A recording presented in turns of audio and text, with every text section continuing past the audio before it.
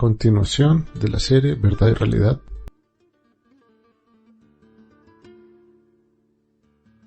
La historia de los dos árboles.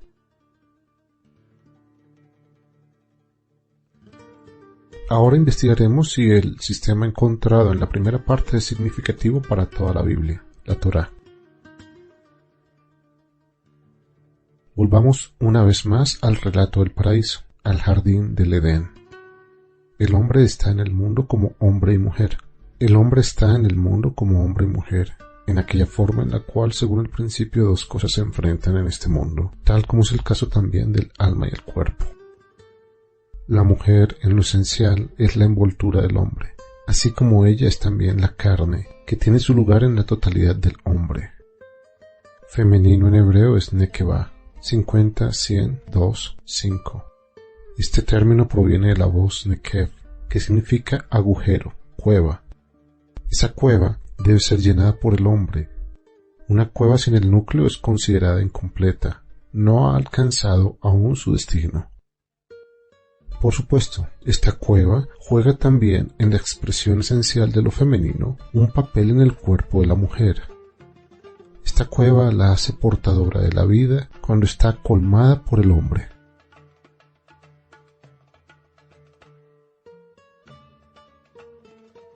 A su vez, en todo otro sentido, lo femenino es el ser envolvente, como el hogar. Así el alma, como parte masculina, habita en el cuerpo, como parte femenina. La parte femenina en el sistema de la Biblia es el lado izquierdo. Izquierdo en hebreo es small, 341:30. Vestido en hebreo es simla. Izquierda y vestido tienen la misma raíz, porque la izquierda envuelve, cubre. Constituye una cualidad femenina el envolver, el cubrir.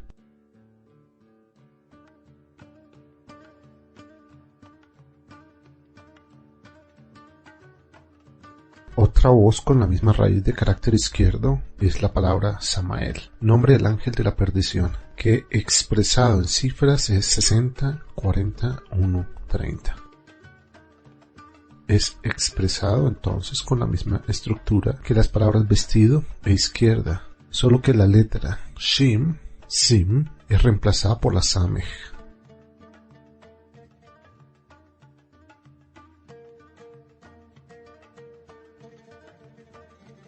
Una voz emparentada con el nombre Samael es la voz hebrea Sam, veneno, 60:40. Las letras Samej y Sim tienen la misma pronunciación y muchas veces una es reemplazada por la otra.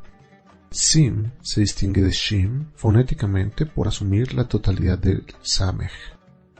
En la puntuación masorética, el punto de la letra Shim es colocada en el extremo superior derecho, mientras que en la letra Sim en el extremo superior izquierdo. Es la misma letra con una diferente puntuación. En su esencia, Sim es el lado izquierdo de Shim. La historia conocida en Jueces 12:6 sobre los términos Shibolet y Sibolet también está relacionada con el carácter de izquierda y derecha de la letra Shim. Así se ve el último parentesco entre las voces vestido, izquierda, Samael y veneno, con lo cual se manifiesta también que la izquierda tiene un carácter especial. Quizás está vinculada con ello la voz siniestra, que en italiano significa izquierda. Un relato que puede parecer algo infantil para el no iniciado en las viejas escrituras manifiesta que la serpiente era tan grande como un camello, y Samael la montaba, pero veremos que contiene una gran sabiduría. Camello en hebreo es gamal, geométricamente 3:40:30. La misma raíz se emplea también para denominar a la letra Gimel, la tercera letra del alfabeto hebreo, cuyo valor es 3. El camello montado por Samael es Gimel, es 3, el tercero. El tercero ocupa un lugar especial por su dualidad, por su carácter dualista. En el tercer lugar del sistema se encuentran Jacob, Esaú, y la dualidad de los árboles, el árbol de la vida y el árbol del conocimiento. El camello lleva en su figura la dualidad de las jorobas. En el sistema de los animales entra en la clasificación de rumiantes, pero sin pezuñas partidas. Ver Levítico 11:4. Además, Gimel es la única letra cuyo pie está dividido en dos.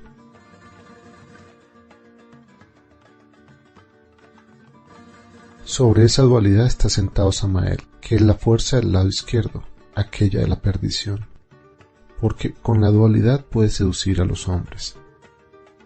Samael alza la voz de las contradicciones y quiere llevar al hombre a eliminar aquellas según los criterios de la percepción. El jinete sobre la dualidad es la fuerza de la dualidad, y Samael es también la muerte, porque la dualidad lleva consigo que la muerte aparezca como opuesta a la vida. Como señor de la dualidad, Samael provoca la envoltura del núcleo, de lo esencial. El núcleo desaparece más y más dentro de la envoltura impregnada por lo femenino. ¿Por qué se ha elegido la imagen de un camello? ¿Qué sentido tiene?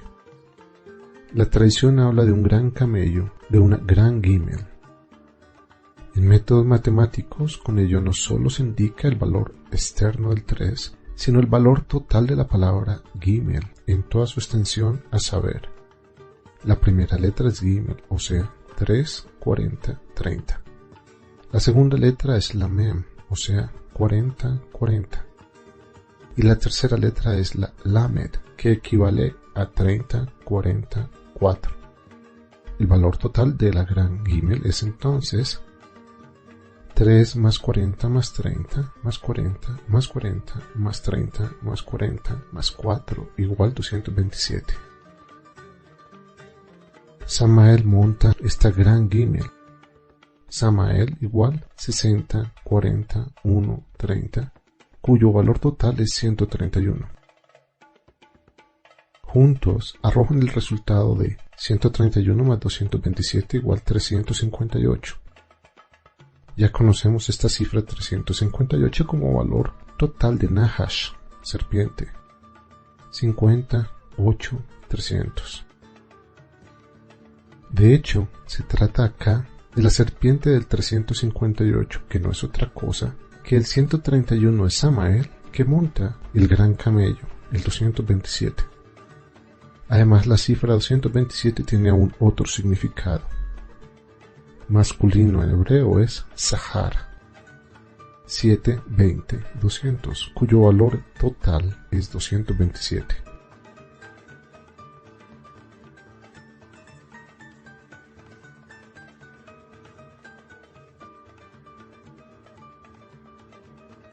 Así uno puede introducirse más profundamente aún en el significado de serpiente, a través de lo esencial de la palabra y su valor numérico. Es Samael la fuerza de la izquierda que monta lo masculino y lo utiliza como cabalgadura. Cuando el hombre, el alma, se deja montar por la fuerza de la izquierda, o sea por la fuerza de la envoltura, esa fuerza es la serpiente. Vestimenta en hebreo es también beged, 2, 3, 4, palabra que significa al mismo tiempo falso, falsificar. Lo envolvente oculta y ensombrece al núcleo, falsifica la periferia del núcleo. La misma letra Gimel, como tercero, esconde en sí la dualidad, es como la gran Gimel, el aspecto masculino de la dualidad. Pero ello significa que Gimel, el tercero, debe liberarse de la influencia de la izquierda, que constituye lo segundo en el sistema. La unión de lo segundo con lo tercero involucra peligros. Así también, en el relato de la creación, cada día está relacionado con el siguiente a través de las palabras «y Dios vio que era bueno». Solo en la unión del segundo con el tercer día, ver Génesis 1, 6 al 8 y 9 al 13, falta esa fórmula, esa confirmación. Del mismo modo, en la bendición de Jacob a sus hijos, ver Génesis 49, 5 al 7, el segundo y tercer hijo, Simón y Levi, son nombrados juntos para demostrar esa unión que trae mala suerte.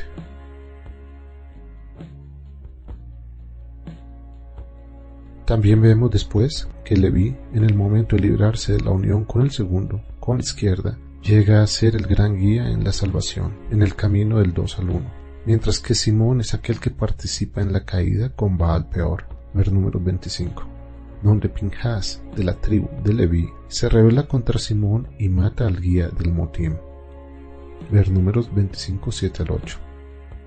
También José separa a Simón del resto del grupo y lo retiene en Egipto, ver Génesis 42, 24.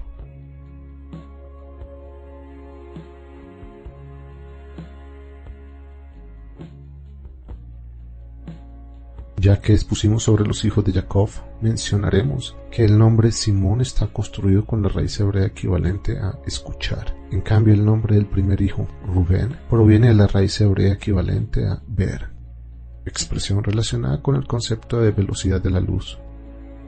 En el lado izquierdo, en el segundo lugar, está el escuchar, que es de menor velocidad, tal como el lado acuoso es más lento que el lado luminoso. El hombre está en el mundo compuesto por alma y cuerpo. La serpiente, o sea, Samael, el que monta el aspecto masculino de la dualidad, le enseña al cuerpo el mundo. Entonces, el cuerpo desarrolla sus órganos de sentidos: ojos, oídos, nariz, pudiendo combinar percepciones y sacar conclusiones. Tiene la convicción de tener que dedicarse al mundo, alejándolo más y más del origen primitivo, adaptarlo a las experiencias de las ciencias naturales.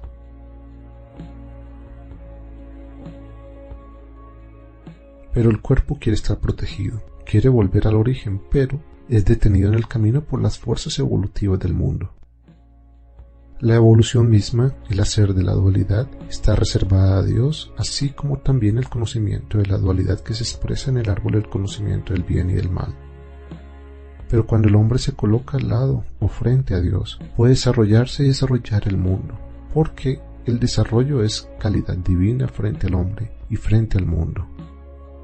El que desarrolla ocupa el lugar de Dios. Con el desarrollo se puede lograr mucho, se puede transformar la cara del mundo, pero también dominar a los hombres, ser señor sobre ellos. Finalmente, no se comprende por qué Dios mandó no comer del árbol del conocimiento. Pareciera ser un Dios primitivo, celoso, que quiere mantener al hombre en un estado de subdesarrollo, etc. Pero cuando el hombre comió del árbol del conocimiento, ocurrió algo inesperado. Y fueron abiertos los ojos de ambos, y vieron que estaban desnudos. Ver Génesis 3:7. ¿Acaso el hombre ha sido ciego antes? No, esta imagen tiene otro significado. Quien comienza una vez a utilizar sus órganos de sentido para percibir el mundo en su evolución, notará que ello sucede con creciente facilidad. Los ojos se abren. Zonas que el hombre ni ha sospechado se abren ante él, más y más nuevas zonas. La generación joven de hoy ve más zonas que nos han sido totalmente extrañas en la juventud. Ni siquiera se sorprenden, sino que se entusiasman y quizás se admiran por no haber sido estas zonas descubiertas anteriormente.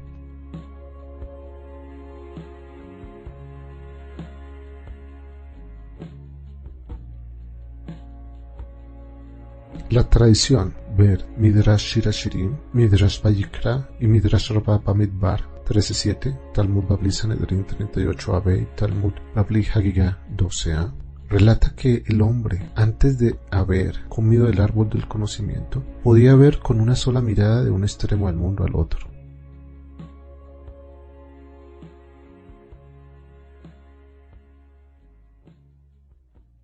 Estos ojos se cerraron. Si la visión antes ha sido total, ahora ves solo lo múltiple y además limitado en tiempo y espacio. Es decir, que en un momento determinado y específico puedes solamente ver el área que está al alcance de su campo visual en ese preciso instante. La gran imagen que engloba todo se ha ensombrecido. El hombre fue sepultado bajo la multiplicidad de los detalles. Perdió la visión de la totalidad. Es como adquirir la habilidad de ver una pieza de un rompecabezas y perder de vista la imagen total del rompecabezas para ver solamente una pieza.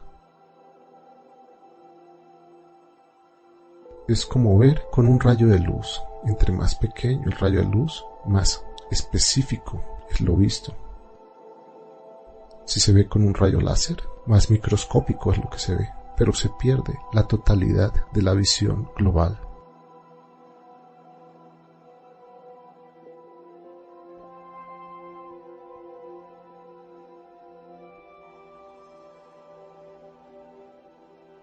Con los ojos abiertos, el hombre reconoció su desnudez, que su vida no tenía sentido en la evolución sin fin, que había sido hechizado. Todo eso llega ahora a su conciencia. El hombre siente vergüenza ante la mujer y la mujer ante el hombre. El cuerpo siente vergüenza ante el alma y el alma ante el cuerpo. El cuerpo sabe que no tiene nada para ofrecer, que todo es apariencia y perecedero, pero el alma tiene vergüenza ante el cuerpo porque se ha dejado seducir. Sí, el hombre se dejó montar por la fuerza de la izquierda, por Samael, y ahora siente vergüenza. Ambos, cuerpo y alma, se ven en su desnudez.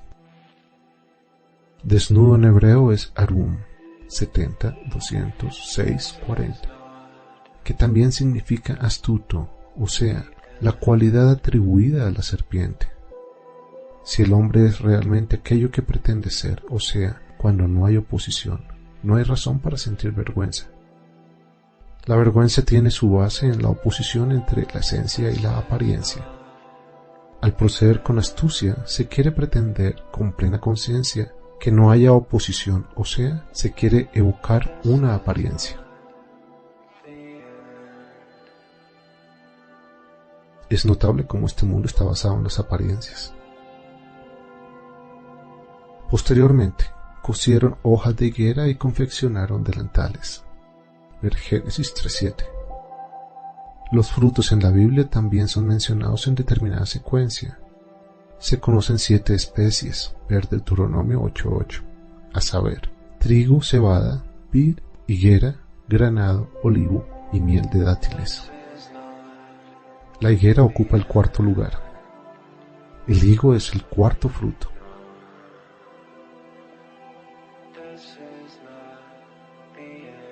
La tradición, ver Talmud Babli Sanedrín 70b, Talmud Babli Berajot 40a, Midrash Rabbah Bereshit 15:8, manifiesta también que el árbol del conocimiento es el árbol del 4º fruto. El árbol del conocimiento es el 4 frente al árbol de la vida como 1.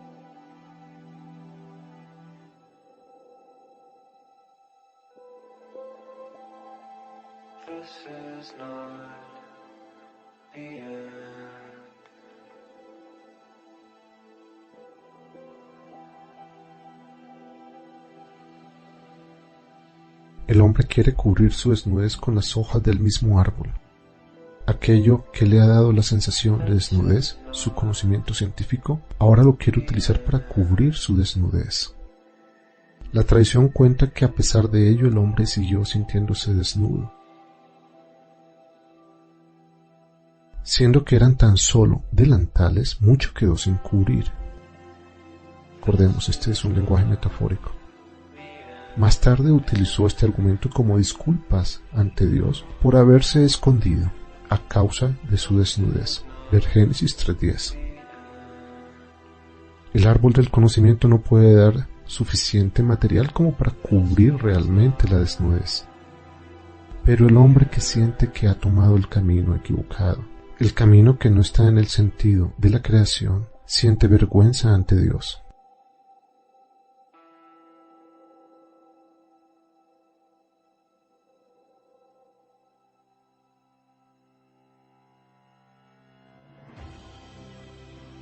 Era el camino del propósito de ser el mismo Dios, independiente, poderoso, indestituible. Ahora sabe el hombre que no ha cultivado y cuidado el jardín que no ha llevado a la armonía. Dios lo autorizó a comer de todos los árboles excepto del árbol del conocimiento, porque precisamente este árbol tenía la fuerza de la dualidad. Con ello el hombre mismo llegó a ser creador de la multiplicidad, Ese es el poder conferido al hombre. Hizo lo mismo que hiciera Dios con la creación, sintiéndose por ello Señor. La serpiente tenía razón al haberle prometido: y seréis como Dios, y sabréis lo que es bueno y lo que es malo. Ver Génesis 3:5. Ese querer imitar, o sea, jugar a ser Dios, es una parte del mundo de la apariencia que uno construye. Si el hombre elige el camino del desarrollo, tiene que tomar medidas propias.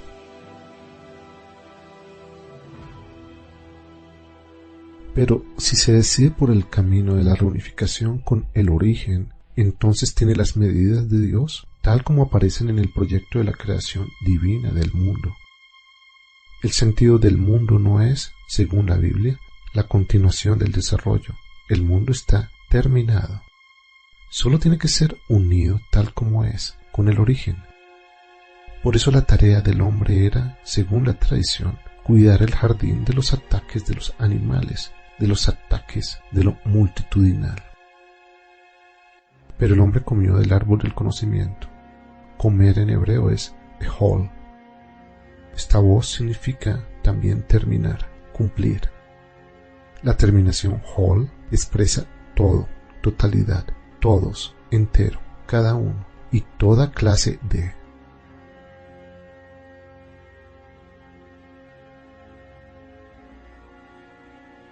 Aquello que no es tomado para completar se denomina taref, que significa desgarrar, despedazar en muchas partes, o sea, colocar en estado de múltiple. Es lo opuesto de comer, cumplir, completar.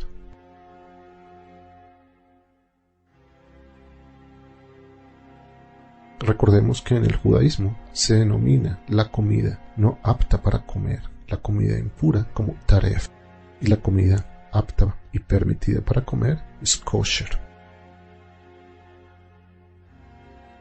El hombre come, el animal desgarra, hace lo múltiple, hace lo taref. El comer es una acción especial. La persona se une con aquello que come, lo toma, se unifica a ello.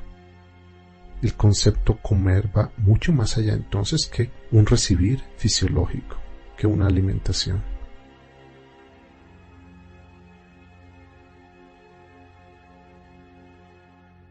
Así el hombre en el jardín del Edén tiene que unificar todo a través de sí mismo con el origen.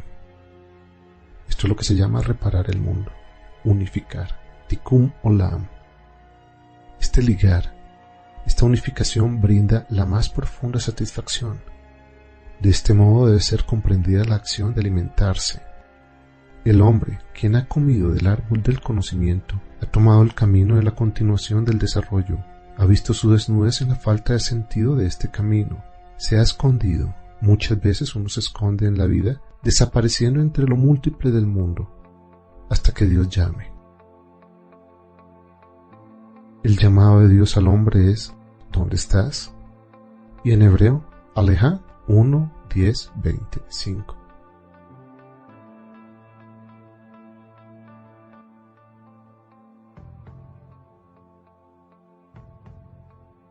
La tradición en Midrash Rabbah Bereshit 19:18 indica que esta palabra tiene la misma estructura que como, voz con la que comienzan los cánticos de quejas de Jeremías. ¿Cómo está tan desierta la ciudad? En el sentido de ¿cómo estás tan solo? Ello significa que el llamado de Dios es escuchado cuando todo se ve derrumbado alrededor del hombre, cuando éste se sabe abandonado de todo en cuanto había confiado, de todo lo que había sido desarrollado. Adviene el diálogo con Dios. El hombre señala hacia la mujer, hacia el cuerpo que le fue dado por Dios. Ella lo ha llevado a tomar el camino equivocado, pero la mujer señala a la serpiente, al mundo, con su aspecto de crecimiento, su fuerza de desarrollo. El débil cuerpo seductor ha dado al hombre el fruto, o sea, la mujer que me has dado, con lo cual Dios mismo es indicado como causa, porque ha hecho al mundo y al hombre así. Se le quitan los pies a la serpiente, con los que pudo estar parada sobre la tierra. Pie en hebreo es regel, 203:30, igual 233. Ya conocemos esta cifra. Es el valor total del árbol de la vida.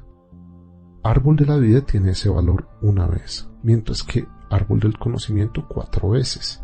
En el árbol de la vida, el individuo está parado sobre el 1. La tradición expresa que también los ángeles están parados sobre el 1 con los 2 pies juntos, tal como el hombre debe pararse frente a Dios.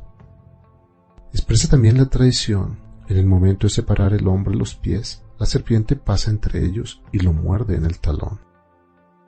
Juntando los pies se juntan en realidad las 2 columnas, base de todo. Pero la serpiente, el mundo, estaba parada sobre el 4, sobre los 4 elementos que constituyen el fundamento del mundo tal como lo vemos en la realidad. Con esta base del 4 la serpiente fue caracterizada claramente en su estructura. Estas 4 veces pie, estos 4 por 233 equivalen a 932, valor total del árbol del conocimiento. Pero esto significa que por la serpiente pudo ser vista claramente la fuerza de la dualidad. No hubo más secretos. Todo cambió. La serpiente perdió su poder de atracción, se le quitó la astucia de su expresión y se transformó en un ser que se arrastra por el suelo. Caminarás sobre tu vientre y comerás polvo durante toda tu vida. Polvo en hebreo es afar. 70, 80, 200, cuyo valor total es 350, una cifra que encontraremos aún muchas veces más. También polvo es la expresión de lo múltiple, de la uniformidad monótona. La vida de la fuerza del desarrollo se torna fastidiosa, asfixiante, ya sin atracción, tal como el polvo. La serpiente ha perdido sus pies, ya no tiene más un contacto unívoco con la tierra. La base clara se ha transformado en una curvatura, o sea, una especie de continuidad vaga. Además vive rebajada, que es expresión de algo falto de importancia. Su mordedura es mortal, venenosa. El contacto con este mundo puede llegar a ser para el hombre un peligro mortal. Por ello, el hombre en su esencia está en relación de hostilidad con la serpiente, con la fuerza del desarrollo. Tiene que aplastarle la cabeza, ya que de lo contrario él mismo entra en peligro. Tiene que reconocer que entre él y ella existe oposición. Sin pies, la serpiente debe arrastrarse sobre su vientre, que como expresión de lo redondo, de lo cilíndrico, es símbolo de lo aparentemente infinito, en lo cual uno puede quedar atrapado, a pesar de ser solamente un círculo angosto. Vientre en hebreo es gajón. 3, 8, 50. Esta palabra tiene los mismos componentes, solo que en otro nivel que la voz Nahash, 58, 300. El polvo, que es el alimento de la serpiente, caracteriza lo insípido, lo aburrido, monótono, que representa ahora el mundo del desarrollo que ha perdido sus 4 pies. También la mujer viene a ser debilitada en su fuerza, su cuerpo, todo su cuerpo en general, observará que el pasaje de un mundo a otro es amargo, porque el hombre ha incorporado en sí la fuerza de la dualidad, y con la dualidad ha incorporado simultáneamente la multiplicidad.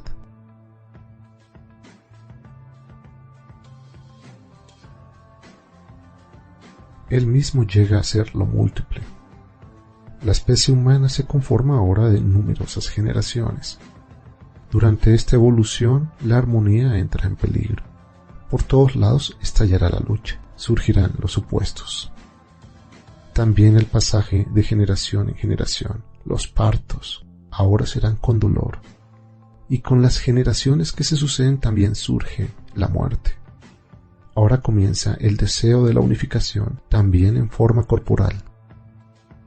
La mujer deseará al hombre como el cuerpo al alma. Lo manifiesto deseará lo esencial. Esto dominará sobre aquello. Después de este diálogo con Dios, después de esconderse y después del surgimiento de la vergüenza, el cuerpo es liberado de la fuerza que lo hizo actuar independientemente. En cambio, recibe una orientación hacia el alma. El alma divina dominará sobre él. Pero el dificultoso camino a través del mundo tiene que ser conocido. no le debe ser ahorrado esfuerzo. El premio serán espinas y cardos, y el final de su vida, la muerte, aparentemente inevitable. De ese modo la tierra perderá su fuerza de atracción. Dios mismo hace al hombre vestimentas, ya no de la materia del árbol del conocimiento, sino de pieles. Piel en hebreo es or, 70:6-200, término que también se aplica para designar a la piel humana.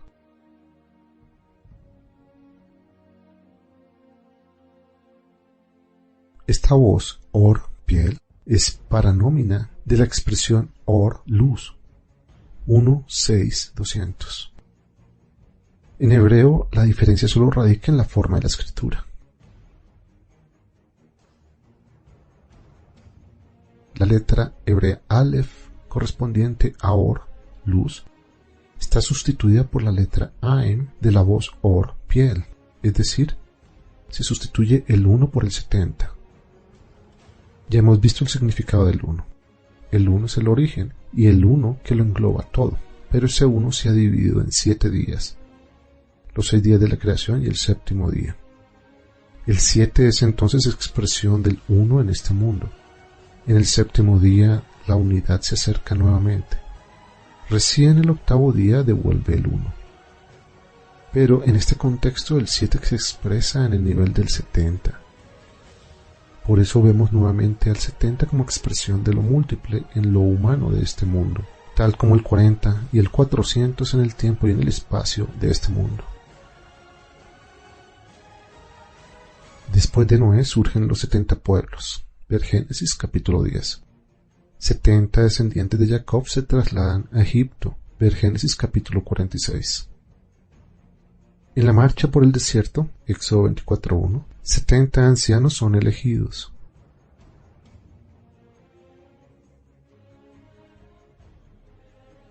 La tradición habla de 70 lenguas y de 70 ciencias. También habla de las 70 caras de la Torá. Es la expresión de lo múltiple en el séptimo día. Así, en el séptimo día, el Aleph del comienzo es sustituido por Aim, el 70. Siendo así, todos los hechos toman otro aspecto. La vestidura de luz que el hombre ha tenido antes de comer del árbol del conocimiento se extingue. Los ojos corporales se abren para otra luz, para una luz quebrada en lo múltiple. El hombre ya no ve todo de una sola mirada, lo ve solamente quebrado en pequeños fragmentos. La vestimenta de luz extinguida en el hombre es su sentimiento de vergüenza. Dios le ha dado ahora otra vestidura. El hombre ha recibido la piel, la envoltura de un animal. La cabeza recibió su cabello. El cabello creció por encima de los ojos que quisieron ver. Creció sobre los brazos que quisieron hacer. Crecieron en la zona de la fertilidad que quiso manifestarse corporalmente en lo múltiple. Todos estos miembros recibieron la expresa piel animal. Cabello en hebreo es Sa'ar, 30-70-200. Escrito con Shin, o sea, Sha'ar, significa puerta, portón. El lugar que crea la unión entre lo externo y lo interno. Pero con la letra Sim, no Shim, con su puntuación a la izquierda, recibe un carácter fuertemente corporal de lo femenino, de lo que significa la izquierda en nuestro sistema. Esta vestimenta cubre entonces los opuestos entre el carácter de lo eterno en el hombre y de su manifestación quebrada del presente. La expulsión del hombre del mundo en el cual ha vivido es el paso siguiente.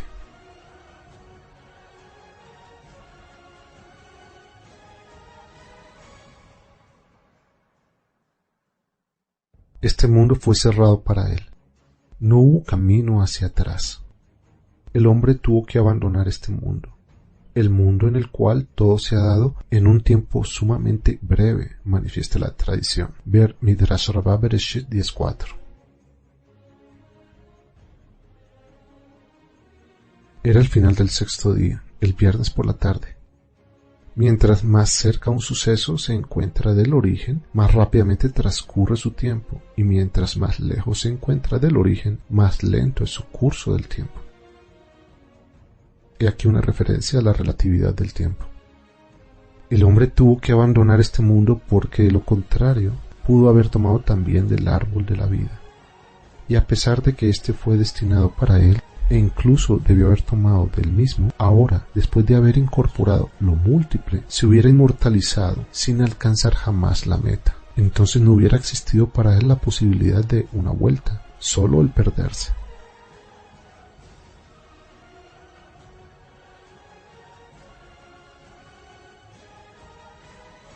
La tradición en Avot de Rabbi Natan Midrash Hane'elam Emek Amelech manifiesta que Dios, antes de haber creado este mundo, ha creado muchos mundos, pero que los ha destruido por haberse alejado del origen más y más, hasta que Dios mismo entró en este mundo como Adonai, Señor, a fin de traerlo a salvo de vuelta a casa. La tradición habla de 974 mundos anteriores, 974 creaciones anteriores a esta.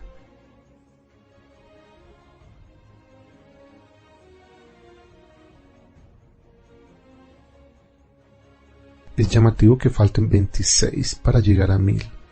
La cifra 26 es el valor total del nombre Adonai y al mismo tiempo el número de las 26 generaciones. Solo pueden comer del árbol de la vida aquellos que no han comido del árbol del conocimiento, o sea, que no se identifican con la fuerza del desarrollo y no miden este mundo con la vara de sus órganos sensoriales. La Biblia, la Torá, es llamada por la tradición árbol de la vida. Ver Mishnayot Avot 6.7, Midrash Rabbah Bereshit 12.5, Targum Jonathan, Targum Yerushalmi sobre Génesis 3.24, según Proverbios 3.1. Lo que no significa una mera imagen, sino realidad. Todo aquel que conoce la Biblia, la Torá, conoce la eternidad. Pero ella está cerrada para aquellos que simultáneamente quieren tomar del árbol del conocimiento, o que ya hayan tomado de él. Si bien puede el individuo leer así la Biblia y ver las muchas imágenes en ella, no penetrará hasta su esencia. ¿Cuál es en realidad la tarea del hombre en el jardín del Edén? ¿Qué es ese jardín, Edén, y qué son los dos árboles? Según el principio 1-2-1 de la creación, el hombre ha tenido la misión de llevar a la unidad todo lo que alrededor de él era de naturaleza dual. Solo debería haber dejado descansar la fuerza de la dualidad, no hacerla suya, porque ella es la fuerza creativa de Dios. Por ella sobrevino este mundo. La misión del hombre en el jardín del Edén es indicada por la Biblia con las expresiones Oved, trabajar, y Shomer, cuidar. El hombre ha recibido de Dios una misión. Él mismo no debe ser el Señor. Este trabajo, sin embargo, no representa un servicio bajo las órdenes de un Señor arbitrario. Requiere un actuar confiando en un buen resultado. Se puede hacer el trabajo por amor, por fidelidad, por entrega. Confiamos en aquel que nos ordena hacer el trabajo y que es misericordioso. Es como seguir el consejo de un buen padre. He aquí el verdadero significado de la emuná, de la fe. Así, la unificación de la dualidad tiene que suceder sobre la base de la fe, la confianza en aquel que da la orden. Al mismo tiempo, se debe tener la conciencia de obrar hacia un buen fin. La base de la unificación es, por lo tanto, nuestra propia reflexión, nuestro criterio. Es Dios mismo quien dice que el resultado será bueno. Nuestro actuar debe basarse entonces en la fe y la confianza en Dios. Si el hombre quisiera encontrar una comprobación a través del cálculo y la medición sobre si es bueno el camino, ese camino sería entonces su camino, y no el camino de Dios. Actuaría según sus intereses, pero ya no para Dios. Su trabajo tiene que fundamentarse entonces sobre la base de la creación misma, apego, amor recíproco. La estructura de la palabra emuná, que significa fe, confianza, muestra ello nítidamente. 1:40-55. Estructura similar a la voz amén, con la cual decimos literalmente yo creo ello. Recordemos la expresión verdad emet con su estructura 1:40-400 como la forma expresiva más amplia de nuestro mundo. El 40 y el 400 unidos con el 1. Y ello es todo lo que podemos comprobar como verdadero. La voz, que en hebreo significa fe o confianza, sin embargo se encuentra en un nivel superior a la forma de la expresión de la verdad comprobable. En lugar del 1, 40, 400,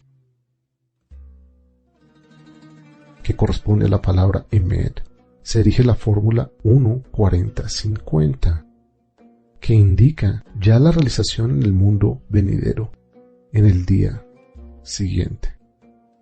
Se cambió la cifra 400 por la del 50, que pertenece a otro mundo. La fe va más allá de este mundo, va hacia el octavo día y lo une con nuestro mundo. Ya sabemos que la estructura de Adam, hombre, es 1, 4, 40. Mientras que la voz Adón, Señor, es 1, 4, 50. En ambos casos se muestra la posibilidad de unificación con el mundo superior al nuestro. Es decir, Adam corresponde al hombre terrenal, Adón corresponde al hombre celestial.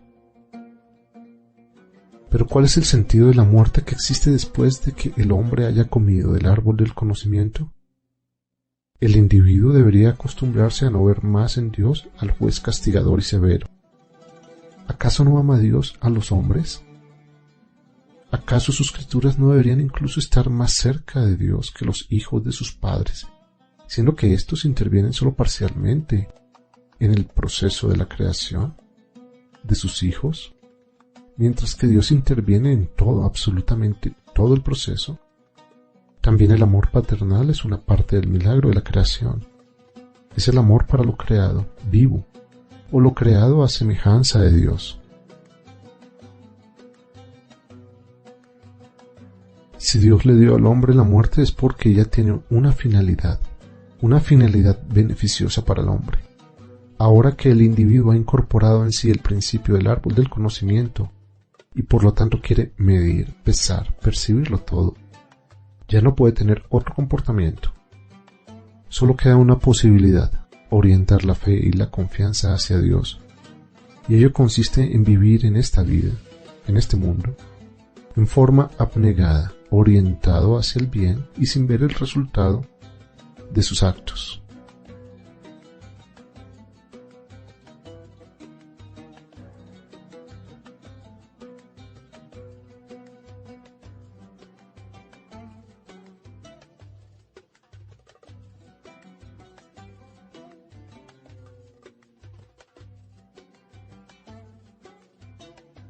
La muerte es la frontera en la que todo el saber del mundo es insuficiente para traspasarla y ver el más allá. Allí radica lo desconocido, lo incalculable. Pero allí también está la fe, la confianza, que puede brindar a cualquiera una seguridad mucho mayor que el saber comprobable. Es una seguridad en otro nivel más abarcativo. Así queda abierta la posibilidad de que el hombre pueda hacer desde sí algo espontáneo, dar testimonio de una confianza sin premio previsto, con la expectativa gozosa de una reunificación. Tal como Dios, a través de la creación, le ha dado al hombre esa posibilidad gratuitamente. Tal como manifiesta la tradición, ver Midrash Rabbah Bereshit 9.5, las últimas palabras del sexto día del primer relato de la creación consignan el momento en el cual, junto con el comer del árbol del conocimiento, surge también la muerte. La Biblia relata que Dios miró todo y vio que era muy bueno. Génesis 1:31. La voz muy al lado de bueno, y no es mencionada en ocasión de los demás días, muy, en hebreo es meot 40:1-4, y muerte es mavet 46:400. Al final del sexto día, cuando fue comido el fruto del árbol del conocimiento, la muerte se manifestó de modo diferente. La tradición, en lugar de Tov Meot, muy bueno, lee Tov Mavet, es decir, la muerte es buena, porque la estructura de ambas voces muestran un parentesco íntimo. Ello es así en razón de que con la muerte es creada nuevamente la posibilidad para el hombre de llevar una vida con sentido a pesar de haber comido del árbol del conocimiento, de confirmar así, a través de una vida consciente y confiada, su fe en que todo saldrá bien. Para lograr esta confianza, el hombre no encuentra respuesta en el árbol del conocimiento, excepto una respuesta negativa. La meta ambicionada no es entonces labor del intelecto en el sentido de dejarse llevar solo por él, pero tampoco es esforzarse sin el uso de la razón o incluso en contra de ella. El trabajar el jardín de la verdad no es un trabajo de tontos, por el contrario, ello debe ser llevado a cabo con la necesidad permanente de una conciencia profunda.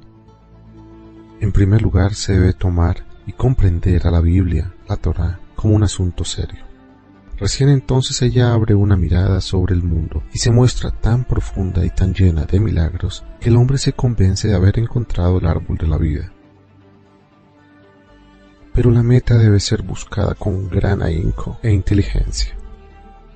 Una exclusión consciente o inconsciente de la razón sería una mutilación de lo humano.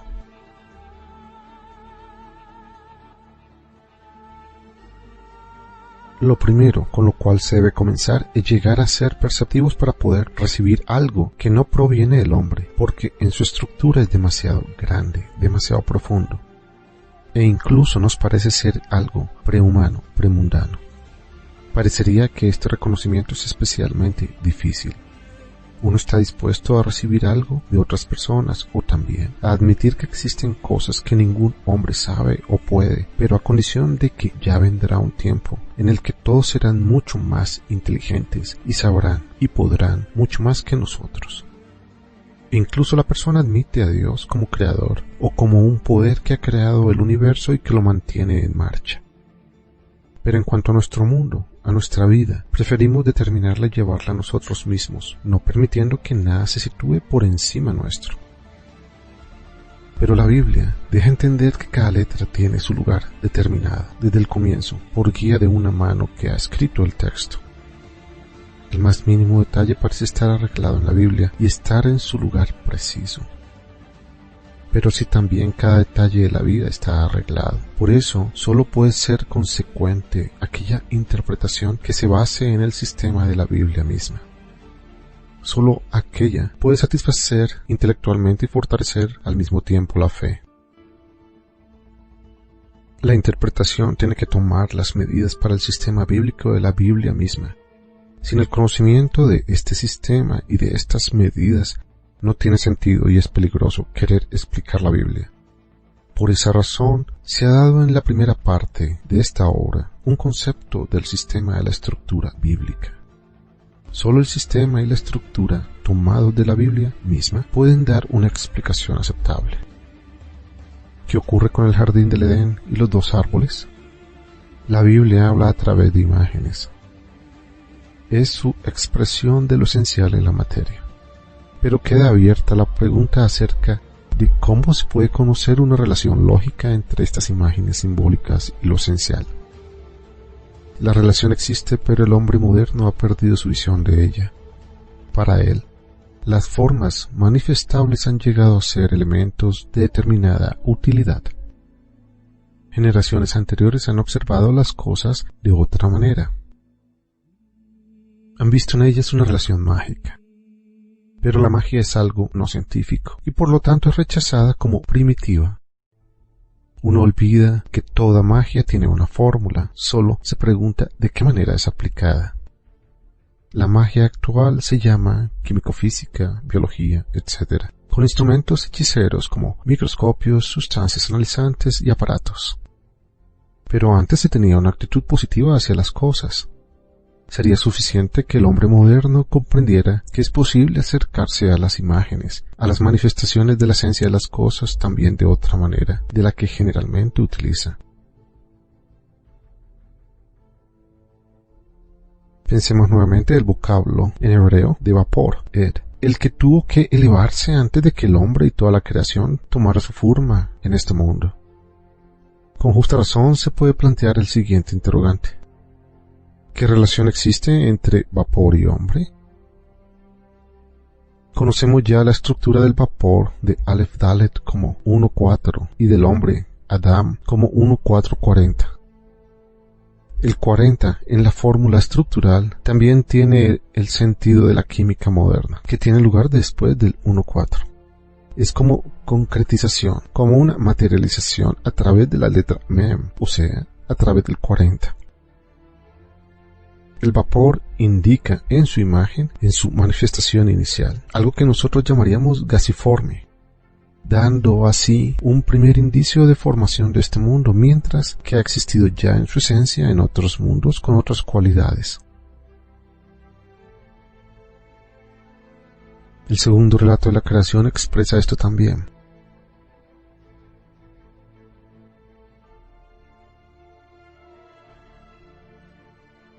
Que la esencia no puede hacer eclosión mientras no exista para ella una estructura de base.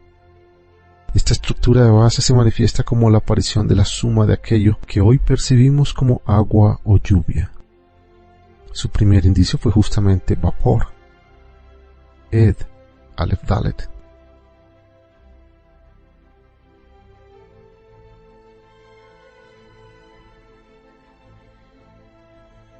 Cuando este vapor ha humedecido el suelo, aquello que ha existido en otros mundos puede también tomar forma en este mundo.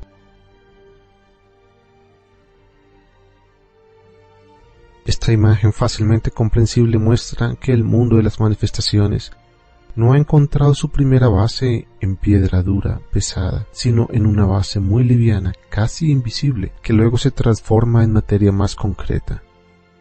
Pero el individuo estaría fácilmente inclinado a utilizar solo tales imágenes y basar su actuar en ellas. Las imágenes pueden, una vez bien entendidas, transmitir al hombre fuerzas que le dan poder y conocimiento en este mundo. En esto consistía el culto a los ídolos en épocas anteriores. Pero lo mismo hacen las ciencias actuales, en un camino distinto, para dominar la materia y los fenómenos. La lucha de la Biblia contra la idolatría no es entonces una lucha contra la tontería y primitividad del hombre, sino una lucha contra el uso de imágenes de idolatría, por medio de las cuales el individuo anhela tener poder sobre el mundo, sentirse uno mismo Señor. La imagen tiene que llevar de vuelta a la palabra y así a la esencia. No puede uno quedarse ligado a la imagen. Contemplemos entonces el jardín del Edén, como un lugar donde crecen multitud de plantas. Jardín en hebreo es Gan, 30-50. Un jardín es el lugar donde se desarrollan las plantas, de las que en un comienzo no se ve nada prácticamente, solo un pequeño grano de semilla, el que se desarrolla plenamente. Esa es la imagen. La palabra consta del 3 y del 50. El 3 contiene lo múltiple, se manifiesta también en lo doble, de los dos árboles en el centro del jardín. Justamente porque jardín tiene como letra inicial aquella cuyo valor es 3, se muestra tan claramente la idea de la dualidad. La letra final es la Num, cuyo valor es 50, y que tiene lugar después del 49, después del séptimo día. Es más que el 7 por 7. Así se expresa en el 50 del octavo día, el mundo venidero. La palabra jardín, Gan, expresa entonces la dualidad del mundo, que lleva y esconde en sí el deseo y el sentido que conducen al mundo venidero. El trabajo del hombre consiste en cuidar que se logre el mundo venidero, el fruto del jardín bien cuidado aquí, para vivir él mismo la alegría de la llegada. Este jardín está en Edén. La estructura de la palabra, de la voz Edén, en hebreo es 74-50. Este vocablo no se traduce como paraíso, voz que en hebreo corresponde a Pardes, 80-200-4-60, cuyo significado es jardín de árboles. La palabra Edén está construida por dos cifras típicas de lo múltiple. el 70 como lo múltiple del hombre y el 4 como cifra del máximo desarrollo. Válido también para el 40 y el 400, y con ello también el 10, el 100 y el 1000. Edén finaliza con aquella letra cuyo valor es 50, con el mundo venidero. El 70 y el 4 forman juntos una combinación en sí. Ed, 74, que significa testigo, o sea, un individuo que observa un suceso y lo sabe, y que entonces puede testimoniar. La misma combinación de letras significa también hasta, el camino hasta una determinada meta. Ambas letras indican un entorno completo. El 70 como expresión de lo humano, en este mundo del séptimo día, abarcándolo todo, o sea, lo supremo que puede ser logrado en este mundo. Y el 4 como cifra simple, tope, como fin de un ciclo. También un testigo tiene que conocer todo aquello de lo que da testimonio. No debe combinar ni sacar sus propias conclusiones. Tiene que conocer todo, desde la A hasta la Z. O sea, el 70 como el 4. La voz hasta, Aleph Dalet, indica que se ha recorrido todo el camino, o sea, todo el mundo. El 70 en la manifestación del séptimo día, y también todo el 4, como principio de las más amplias posibilidades. Con el 74 está expresado también que el vapor, Aleph Dalet, el 1-4 del comienzo de la creación, se ha expresado ahora en todas las formas de manifestación del séptimo día.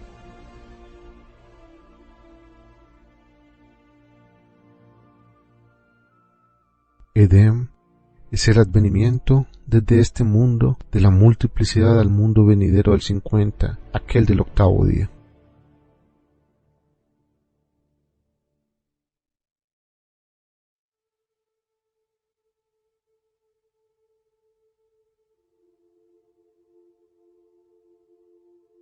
Con el 74 está expresado también que el vapor, Aleph Dalet, el 1-4 al comienzo de la creación, se ha expresado ahora en todas las formas de manifestación del séptimo día. Edén es el advenimiento desde este mundo de la multiplicidad al mundo venidero del 50, aquel del octavo día.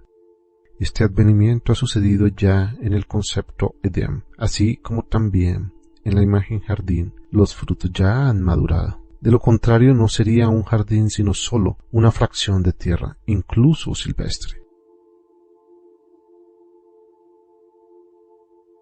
En Edén está presente la multiplicidad en la unidad. En este jardín el hombre debe trabajar la dualidad para que llegue a ser unidad para él. El camino hacia la unidad debe ser cuidado y preservado por el hombre. Tanto Gan, jardín, como Edén muestran que la unificación de la multiplicidad o dualidad respectiva de la unidad han experimentado su consumación.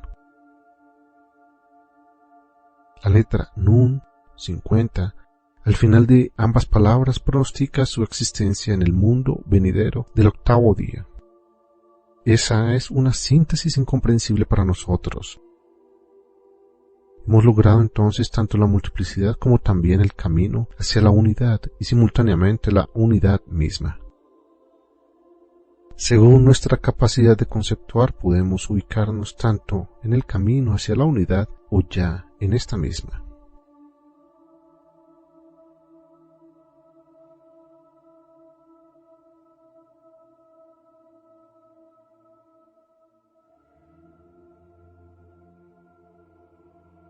En el jardín del Edén, en cambio, los opuestos están ligados. Es como en el uno original en el cual los opuestos están unidos en armonía. Armonía que se observa también entre las dos Yud del Aleph. Que ese Ain y Dalet, ese 70-40 de Edén, tenga un significado propio como expresión de la multiplicidad que debe ser llevada a la unidad, se percibe por intermedio de 3 versículos que deben ser recitados diariamente, y a través de los cuales se puede ya saborear el Edén si se logra ver a Adonai y reconocerlo como uno. El primero de esos 3 pasajes es el versículo cuya traducción es Shema Israel, Adonai Eloheinu, Adonai Echad. Escucha Israel, el Señor nuestro Dios, el Señor es uno. Significa que el Señor, o sea, Dios, en su calidad de aquel que camina a lo largo de la historia y convive con su creación, ese Señor es nuestro Dios, Adonai. Y que el concepto Señor representa en lo esencial una unidad. Y justamente porque marcha junto con el mundo, imprime su sello a este mundo. Sin embargo, muchos no pueden reconocerlo debido a las múltiples contradicciones, aquellas que se manifiestan en la evolución de la historia, como mucha injusticia, crueldad y estupidez. Pero de todos modos el hombre tiene que llegar a comprender que Él es uno, y que a pesar de todo, todo es bueno y congruente. Dios, como Señor en la evolución del tiempo, en el camino a través de las 26 generaciones, es uno. A pesar de que se manifiesta en el camino el desarrollo de varias maneras, es simultáneamente uno. Este es el sentido del mensaje aquí transmitido. Ahora se puede ver en el texto bíblico hebreo un hecho llamativo. En este versículo aparecen dos letras de mayor tamaño, tal como la Beit, el 2 de Bereshit, en el comienzo. Estas dos letras de mayor tamaño, mayor cuerpo, son justamente aquellas que acabamos de tratar, o sea, la letra Aim y la Dalet, 74. Las letras Ed de Edén. Estas dos letras se encuentran en Deuteronomio 6.4 y corresponden a la última letra del Shema y la última letra de la última palabra Ejad, 1. Que estas dos letras estén escritas en este caso, y solo en este caso con un mayor cuerpo, tienen su significado especial, es decir, que Dios es único, a pesar de que puede manifestarse en el mundo del desarrollo como la manifestación del 70 y del 4. Por ello, hay que ver en todo suceder y en todas las cosas la interrelación, el origen en el uno y su unificación con el uno. Todo aquello que aparenta ser multiplicidad, como por ejemplo en el mundo humano los 70 pueblos como expresión de todos los pueblos, o bien lo que es en el mundo del espacio y el tiempo el 4 como máximo desarrollo, finalmente logra ser nuevamente el 1. El captar este concepto, verlo, vivirlo, transforma ya la multiplicidad en unidad, aquí y ahora.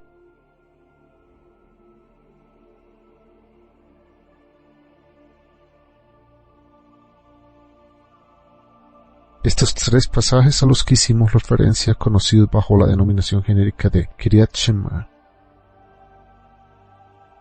Deuteronomio 6, 4, 9, Deuteronomio 11, 13, 21 y números 15, 37, 41, contienen la declaración del constante compromiso del individuo respecto a la Biblia. Luego, la declaración de la relación entre la vida en este mundo y aquella de la eternidad, y finalmente, de no juzgar en base a la observación y a las normas propias que cada uno posee, sino aceptando las normas que Dios revela al hombre.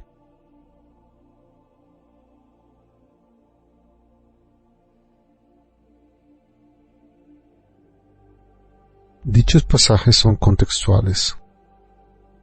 Son una extensión del principio que se manifiesta en las palabras de apertura, por el cual el 74 de mayor cuerpo, representando multiplicidad, tiene que ser considerado, no obstante, como unidad.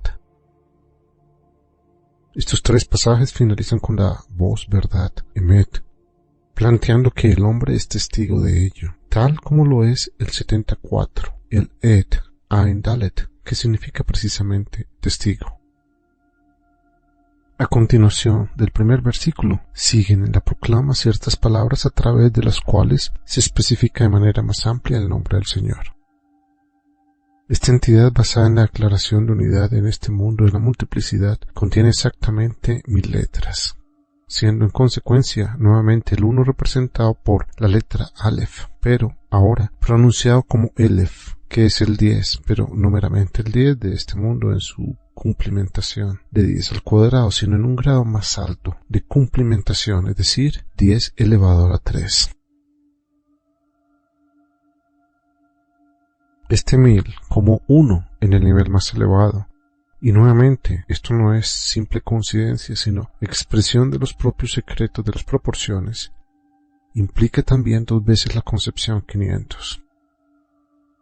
Hemos visto, ya que este 500 es la expresión de una medida representando la distancia entre este mundo y el mundo por venir, así como la distancia entre cielo y tierra.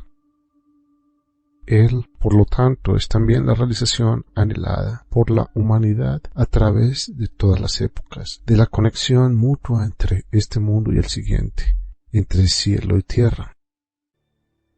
Ello quiere decir que Dios oye al hombre y le responde. Este es el profundo significado de las palabras de estos pasajes, los que conforman una entidad en sí mismos, siendo que dichas palabras nos manifiestan cómo esa conexión es lograda y cómo trabaja la misma.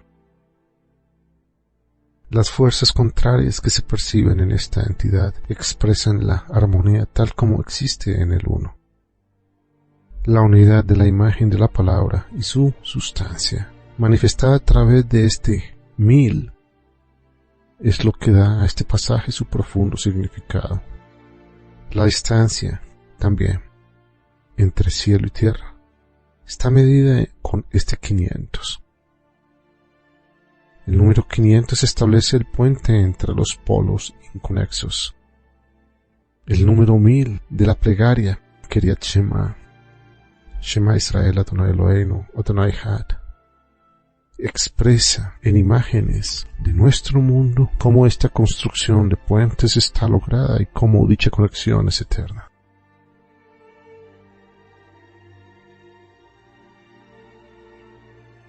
Nos limitamos a este único ejemplo, señalando cómo en tiempos pasados la práctica de vida fue formada sobre la base de ese gran conocimiento. No fue la sociedad con propósitos utilitarios la que hizo el trabajo, ni tampoco con el propósito de unificar a toda una nación a través de costumbres específicas. Tampoco fue una cuestión de alguna casta ambiciosa de sacerdotes. Dicha sabiduría indica siempre, hasta en los más ínfimos detalles, la sublime y profunda visión del propósito de vida, del propósito de toda existencia.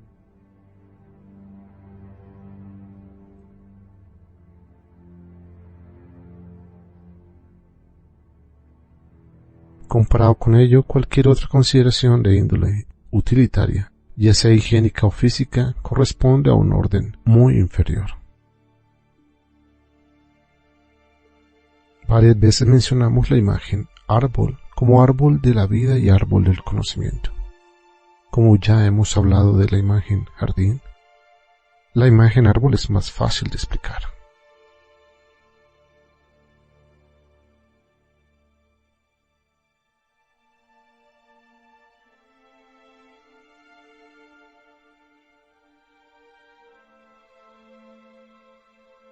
De un origen prácticamente invisible, una semilla, crece el árbol desarrollándose plenamente hasta dar sus frutos, con lo que prepara un nuevo comienzo.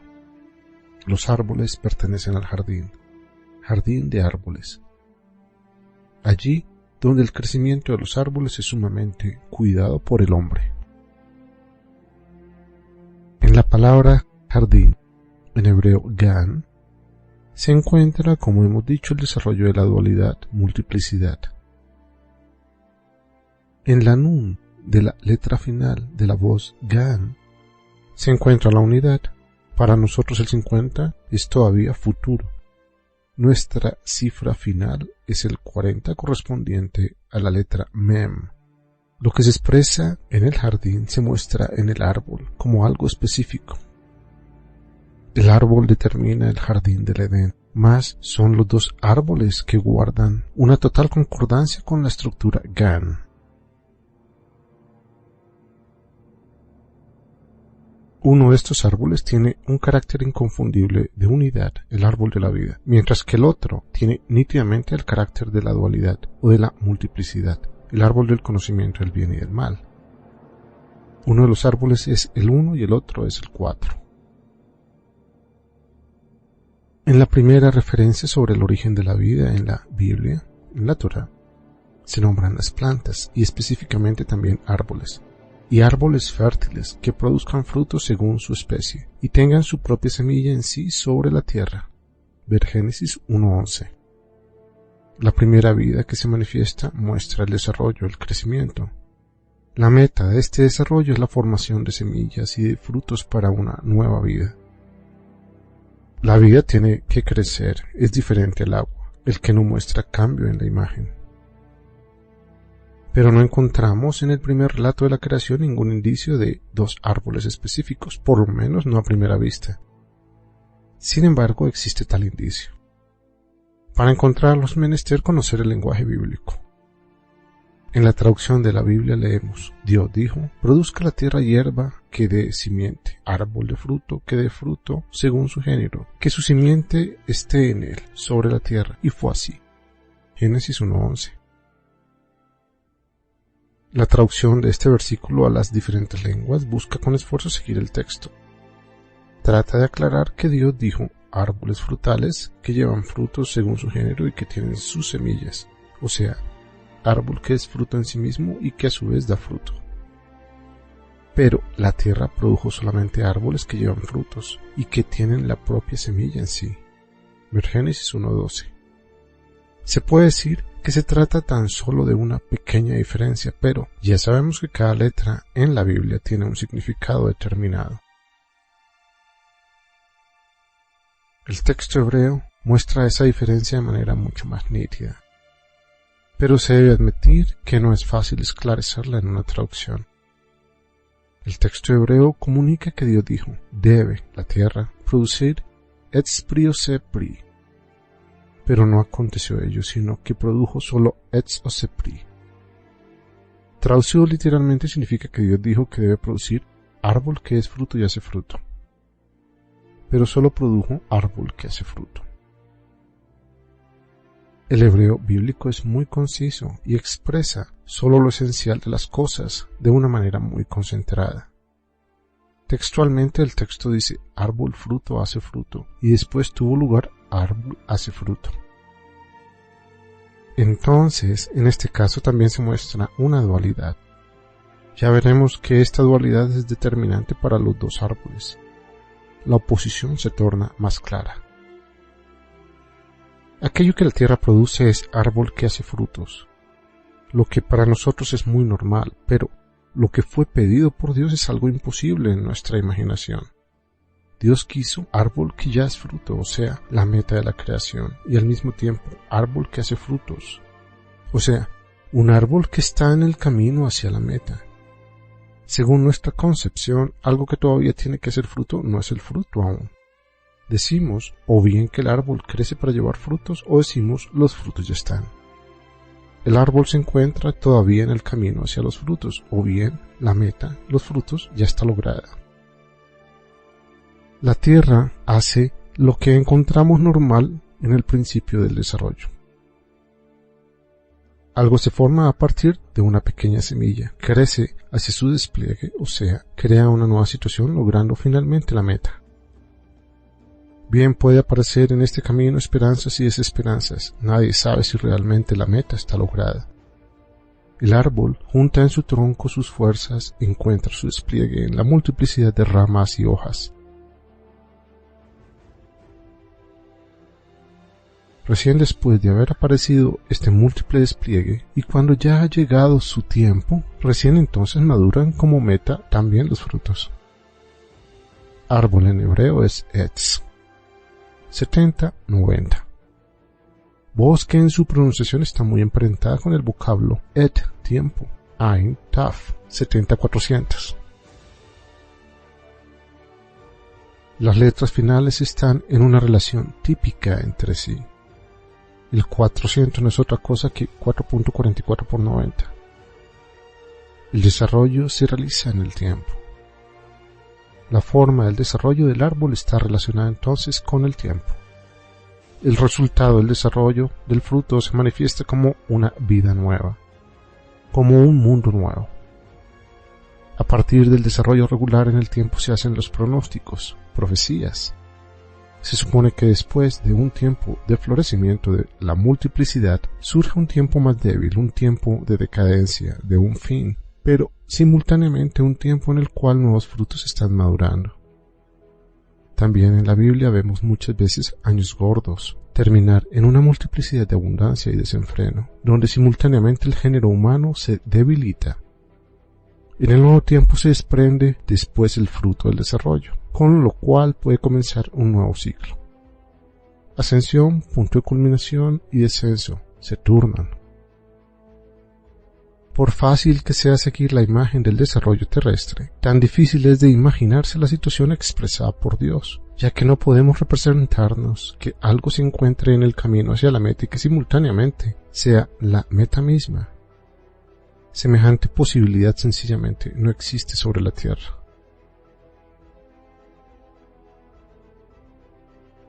En esta solo existe esto o aquello, o sea, la dualidad de los opuestos. Pero el árbol que es fruto y hace fruto es aquello que ha existido en la unidad originaria.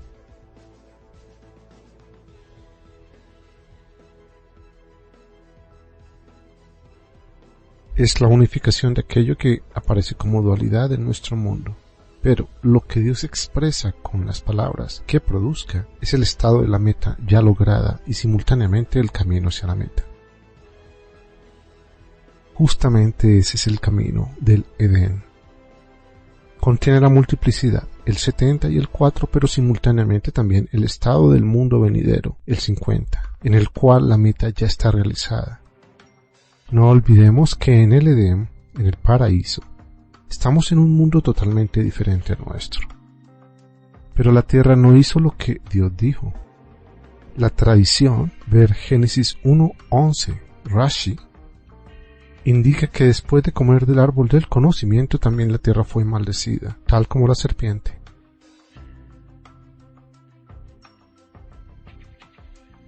Como el hombre y la mujer, también la fuerza de la dualidad de la tierra fue debilitada. La tierra no puede dar otra cosa que el crecimiento, el desarrollo. Fue creada para lo múltiple, pero a través del hombre debería volver a su origen con todo lo que ha producido.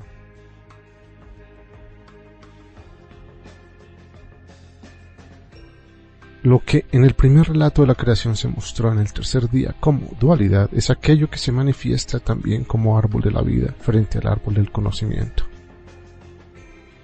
En el estado pronunciado por Dios, el estado Edén, aquel de lo múltiple y de la unidad simultánea, ese es el árbol de la vida.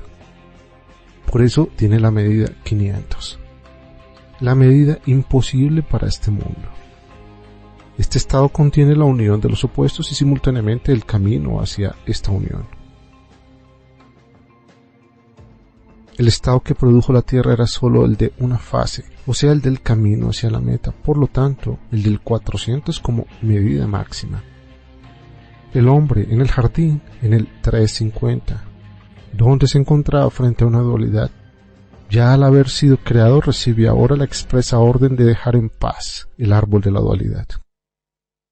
La tierra produjo este árbol según la ley de la creación. La tierra fue creada en el 2, en la dualidad, para producir la multiplicidad que después puede retornar a través del hombre, a la unidad, a fin de que él experimente la dicha en el camino hacia la libertad. En cambio, si el hombre come del árbol de la dualidad, incorpora el tiempo como fuerza evolutiva. Entonces, él mismo sucumbe ante el carácter de la dualidad, ya que evolución se encuentra en constante oposición entre lo existente y la meta.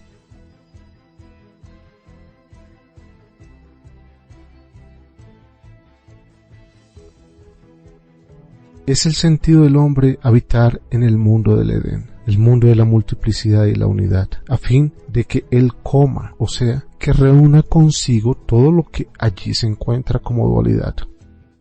Los árboles, todas las posibilidades del tiempo y de los fenómenos en el tiempo, todo lo desarrollado y crecido allí para que él, que ha sido creado como unidad, lleve nuevamente todo al origen, a Dios. El hombre debería experimentar en este viaje la gran dicha de la unificación. En aquel mundo, Él podía saber lo que hacía. El árbol de la vida se encontraba allí a fin de que se comiese de él. El propósito de Dios se tornaba más reconocible al hombre, tal como lo manifiesta el estado Edén. El 70-4-50. Él debería haber reconocido la meta como realidad y simultáneamente debería haber tenido que recorrer el camino hacia la meta. Podría haber visto claramente la meta y poseerla en todo su esplendor, sin inseguridad, sin miedo y sin desesperanza. Él hubiera vivido la nobleza de la unificación, o sea, cómo la meta de la unificación se cumple continuamente y cómo la armonía siempre vuelve a darse. El árbol de la vida contiene la meta. Con esta meta, gozando constantemente de la perfección, de la armonía, de la dicha de la existencia, el hombre hubiera vivido un crecer aún más maravilloso, el unificarse en armonía.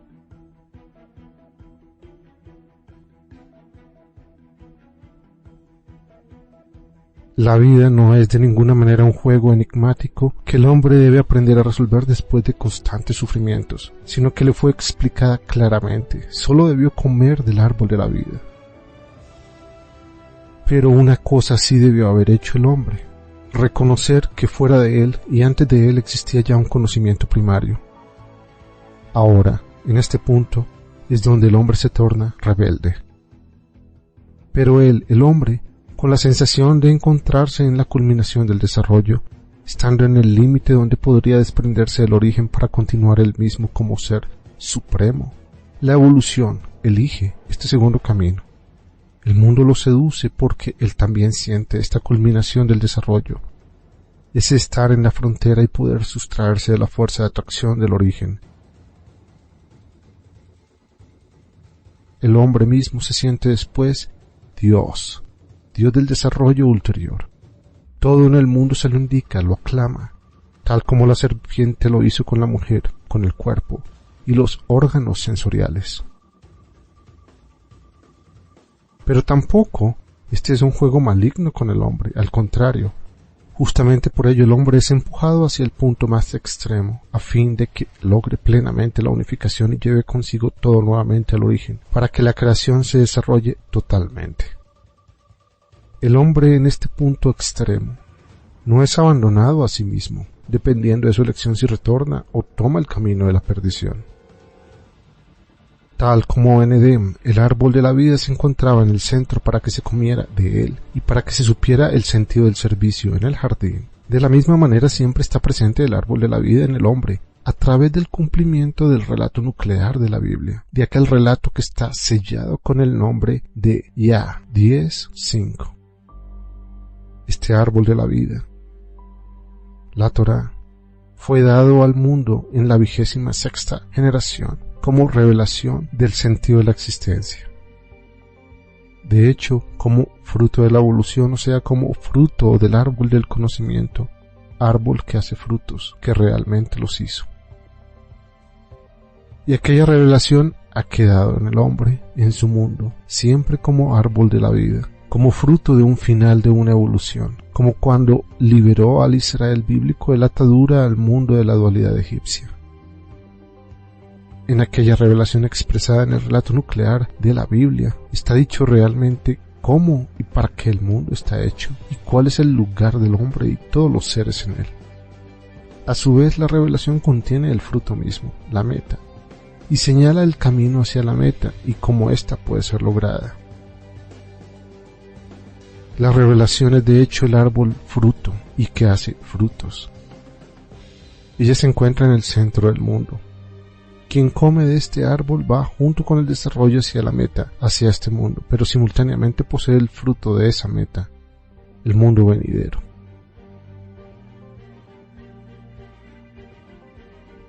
Él vive entonces en el Edén, en el 74 de este mundo que forma el camino de la evolución y el crecimiento, y simultáneamente vive en el otro mundo, el del 50, con el que finaliza el Edén 74-50. Él contiene tanto el crecimiento hacia la meta como la meta misma.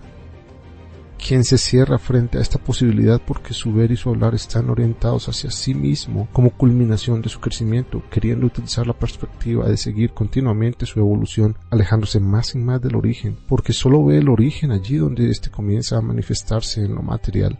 Este camina unilateralmente solo por el camino del árbol que hace frutos. También él llegará al fruto, pero muchas penurias sufrirá en su camino, por desconocer la meta y por no saber si se encuentra en el camino correcto o si incluso existe o no una meta. Caerá en discusiones sobre lo correcto del camino y sobre la meta, y se introducirá en conflictos sangrientos con terceros creando sufrimientos y disgustos.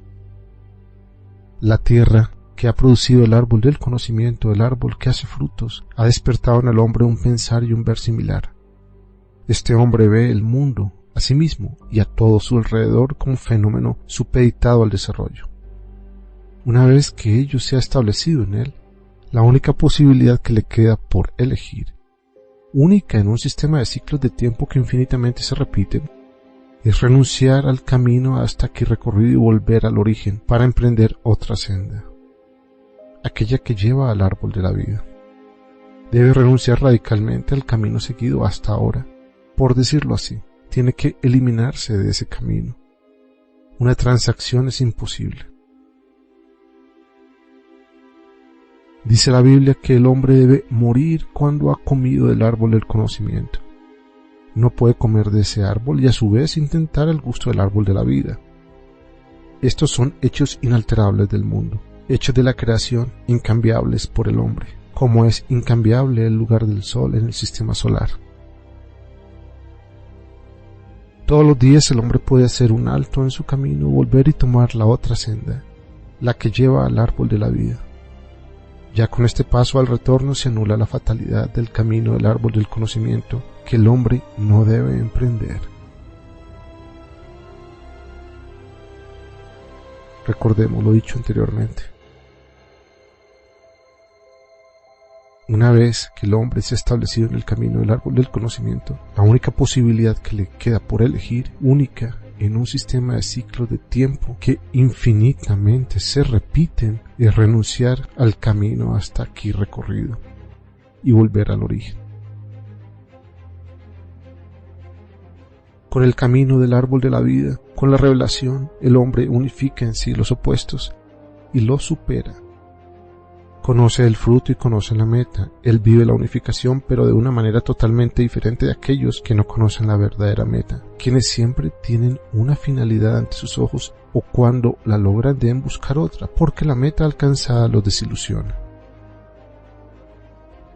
Con el árbol de la vida viene a ser anulada la oposición vida-muerte. La vida es entonces desarrollo hacia el fruto, hacia otra vida, y la muerte es estar en ese otro mundo.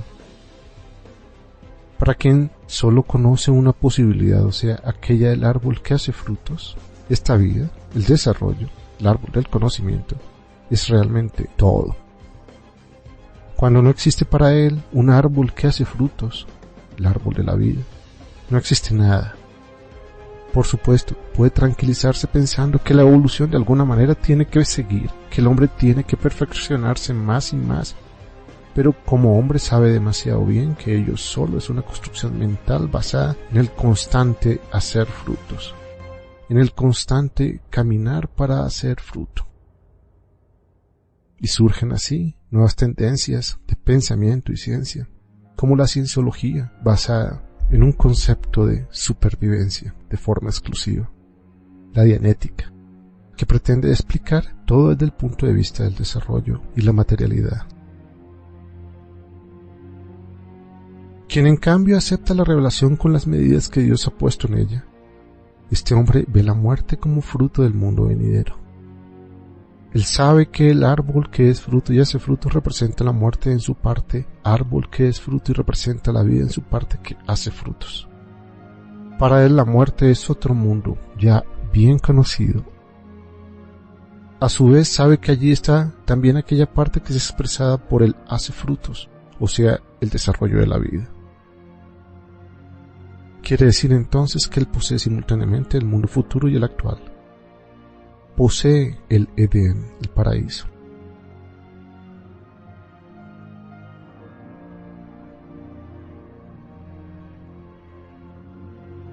La Biblia misma tiene el carácter de árbol que es fruto.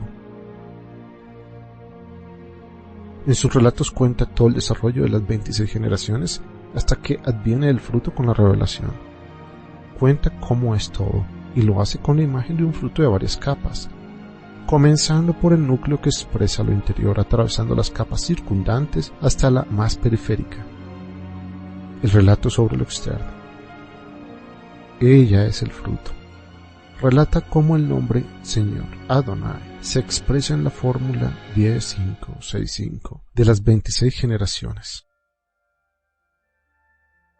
La Biblia es también la parte que hace frutos. Su estructura temporal es aquella del nombre de Dios Yah, Yud, Hei, es decir, del 10-5, que hace desarrollar el 6-5 para unirse con él, siendo que ella ya es el fruto. El 10-5-6-5 del nombre Yud-Hei, Vav-Hei, en el relato de la revelación, en la comunicación sobre la presencia divina en el mundo. Gracias a ello se conoce el modo de llegar a ese fruto y se conoce su contenido, o sea, nuevamente la revelación divina. Se la reconoce en el 10-5-6-5 de las 26 generaciones y se la vive en el 6-5 que se desarrolla hasta la unificación con el 10-5. Es decir, la unificación del Yud-Hei con el Vav-Hei. Que la muerte también busque a aquellos que han comido del árbol de la vida, pertenece al carácter del mundo del séptimo día. Este mundo es pasajero, así como la marcha a través del desierto hacia la meta, hacia el octavo día. En este mundo todo está en constante cambio, tal como el individuo que se traslada de un sitio a otro a lo largo de su travesía por el desierto. Es como las ya mencionadas 7 semanas entre Pascuas y Shavuot, entre el éxodo de Egipto y la revelación de Dios. Recordemos que al cabo de esas 7 semanas el cereal fue cegado de la tierra. En la revelación se comprende el para qué de lo sucedido. Allí tuvo lugar el 50º día, el nuevo mundo. Para aquellos que poseen el árbol de la vida, que conocen la revelación, que ya en esta vida conocen la meta, la muerte no cambia nada fundamental en su existencia. Conocen la cara del séptimo día, en el cual todo fluye, todo pasa, porque es el día en que el individuo atraviesa de un mundo a otro y simultáneamente se cumple en él la unificación.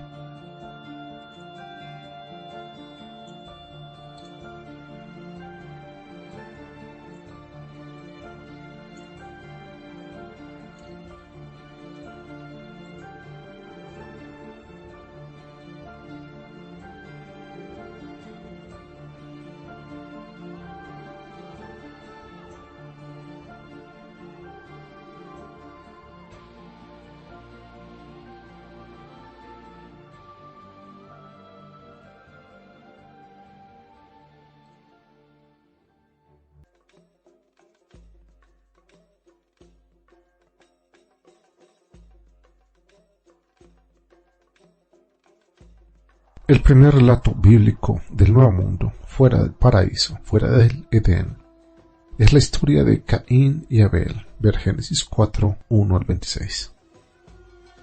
No se da entre hombre y mujer, sino entre descendientes masculinos. La Biblia desplaza sistemáticamente al hijo primogénito, quien desde el punto de vista material tiene mayores derechos que el hermano menor, el que ahora ocupa el lugar elegido.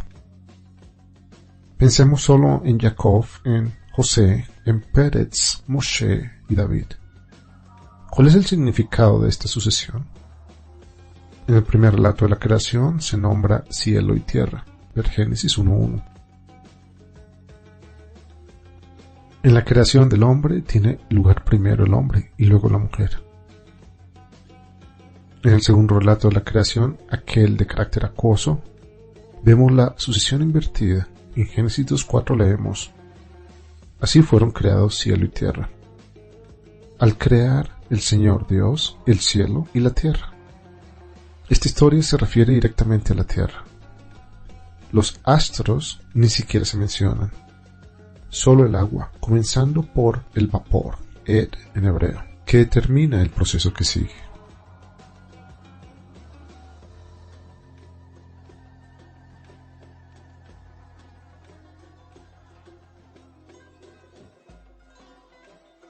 Cuando después se forma el hombre, primeramente aparece su cuerpo dentro del cual Dios insufla la Neshama, el alma divina.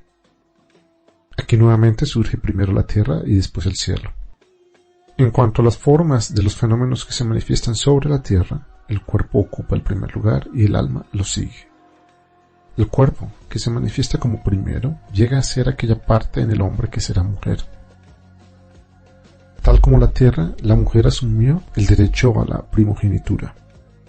Fue ella, activa, quien dio al hombre, pasivo, el fruto del árbol del conocimiento. En la continuación de este relato aparece Caín como primogénito en el mundo. En la estructura hebrea de la voz Behor, primogénito, 2, 20, 200, se muestra que el 2 le es inmanente. En lo que se refiere a su esencia, el primogénito es segundo.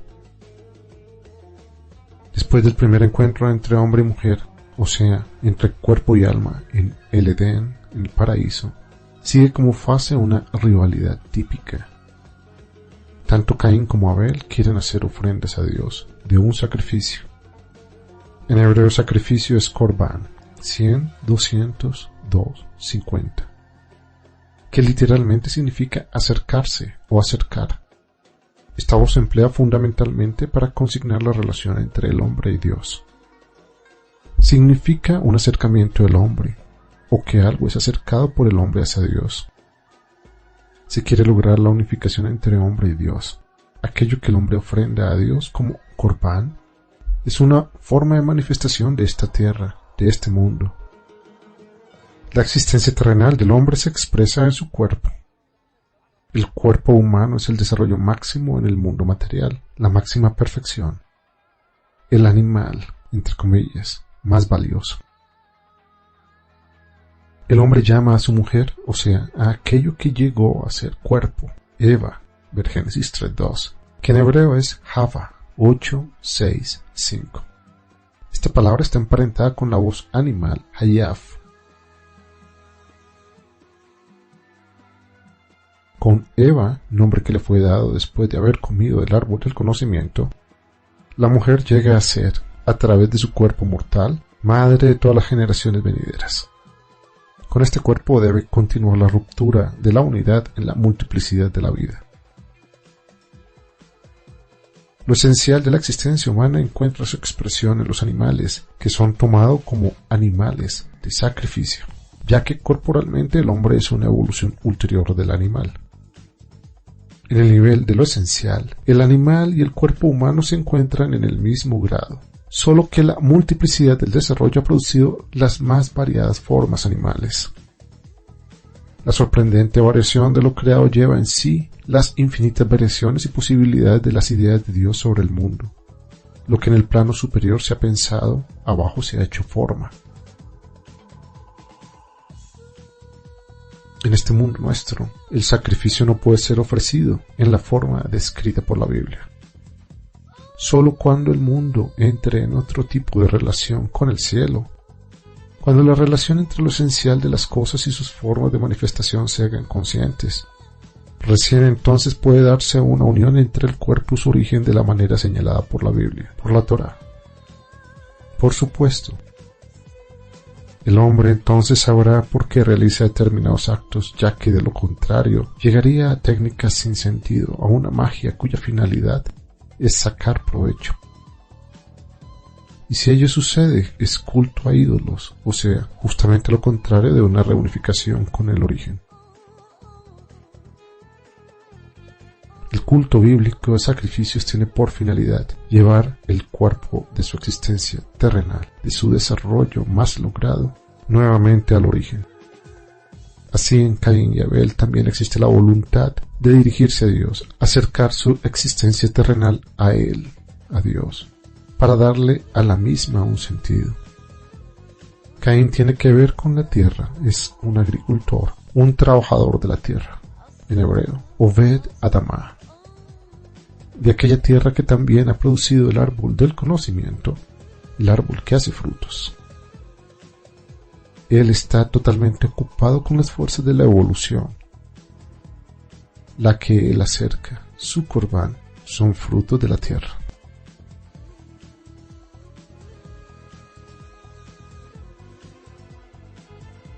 La tradición comenta que ofrendó aquello que se encontraba entre sus manos, ni lo mejor ni lo peor, sacrificó lo que fue determinado por la tierra, aquello que la evolución le ofreció en ese momento.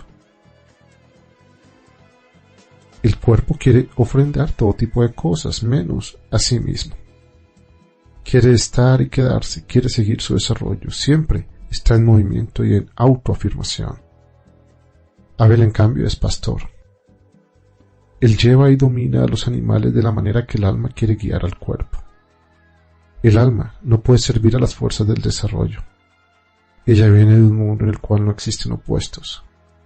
Para el alma, recordemos, la Neshama, el fruto existe ya y el desarrollo le es conocido. Abel, alma, Neshama, el menor, guía su cuerpo para llevarlo a Dios como sacrificio. El sacrificio de Abel es el de los primogénitos de su rebaño. Son aquellos que llevan en sí la fuerza de abrir caminos. Abel sacrifica también la grasa de los animales. En su imagen, la grasa representa lo mejor, lo más desarrollado. En hebreo es Helef 8:32, cuyo valor total es 40.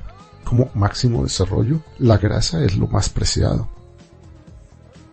Abel hizo lo que el alma libre quiso hacer por sí misma, ofrecer a Dios lo mejor del cuerpo para reunificarlo con él. Cuando el hombre entrega a Dios su corbán, su sacrificio, en el cual se encuentra totalmente incluido, Dios se acerca y le acepta el sacrificio. Por ello Dios consideró el sacrificio de Abel y lo aceptó. La tradición, ver Génesis 4:4, Rashi, manifiesta que una llama del cielo lo recibió. Aquello que puede servir de corbán es lo más evolucionado, aquello que debe ser unido con el origen para que el círculo se cierre. Por lo tanto, no se puede reprochar a Caín que no haya sacrificado lo mejor. Él trajo lo que pudo traer. El cuerpo no tiene capacidad para más. El cuerpo no conoce el principio de la unificación de la materia con el origen. Él mismo ya no sabe qué es ese origen.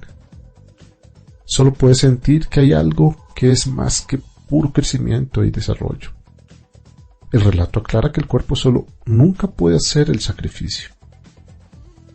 Él no puede unirse con el origen, ya que su origen está del lado del desarrollo del árbol que hace frutos. Solo Abel, el alma, puede ofrecer el sacrificio. Ese sacrificio es justamente el cuerpo. Este cuerpo se dirige entonces hacia una meta que él ni siquiera puede intuir. El alma se invistió en el cuerpo para unificarlo nuevamente con el origen. Por ello, Abel nació después que Caín, a fin de reunir el cuerpo con el origen. El cuerpo percibe las fuerzas del desarrollo, pero no percibe que este camino no lo acerca a Dios. Cuando se da cuenta y sabe que debe renunciar a más desarrollo, no le parece lógico. Entra en rebelión, no quiere parar el desarrollo. Adviene entonces el diálogo con Dios, precisamente cuando el cuerpo entra en ira y enojo. En Génesis 4:5.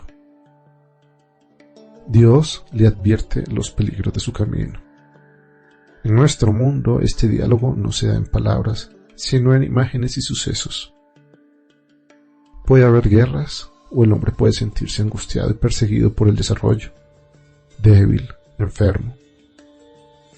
Todo esto puede ser respuesta de Dios a la ira del cuerpo. En tales sucesos, Dios le indica al hombre el peligro del camino iniciado y las posibilidades de corrección.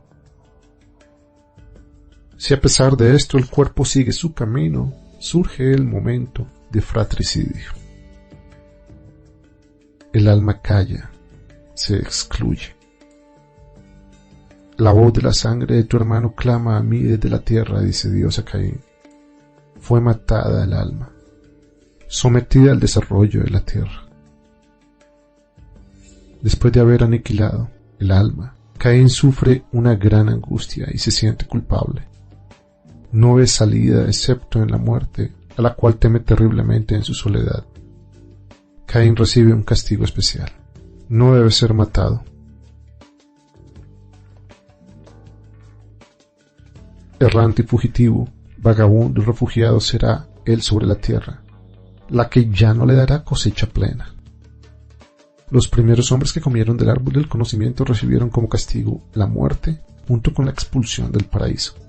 Pero Caín, quien mató a su hermano, es protegido contra la muerte por una señal especial. Ver Génesis 4:15. ¿Qué ha pasado realmente con Caín?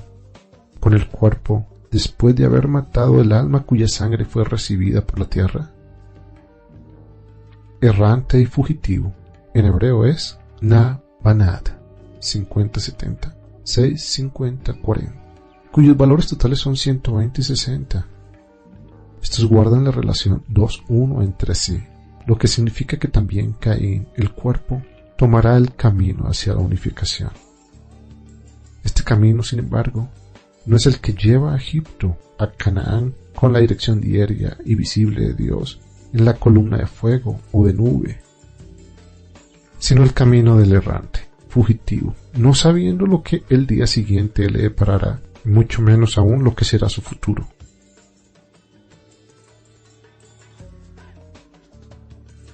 La tierra ya no le da el fruto total, literalmente dice, ya no le da la fuerza total, así como la tierra perdió una parte de su fuerza después de haber comido el hombre del árbol del conocimiento. Del mismo modo la fuerza corporal de Caín viene a ser limitada, debilitada. Aun cuando la tierra con su fuerza de evolución hace surgir un gran optimismo, un pesimismo cultural con degeneraciones y neurosis se le enfrentan. A pesar de la riqueza uno se siente desilusionado y pierde el sentido del vivir. Caín, el cuerpo, tiene miedo a la muerte, teme un fin repentino de su desarrollo, encuentra a la muerte injusta, no quiere pensar en ella, quiere seguir desarrollándose y postergar la muerte, si fuese posible por 200 o 300 años. ¿Cuánto tiempo habría entonces para dedicarse a los placeres? Constantemente surgen nuevas metas, ya que las logradas nunca brindan satisfacción. Y después de todo sobreviene aún la muerte con el gran vacío y el interrogante de ¿qué pasará? Es algo sobre lo cual el cuerpo prefiere no hablar. Mejor estar drogado. La preocupación de Caín va entonces hacia la cuestión de qué es lo que ocurre con la muerte. La muerte sobreviene como expresión del debilitamiento corporal, rompe con el equilibrio, significa retorno.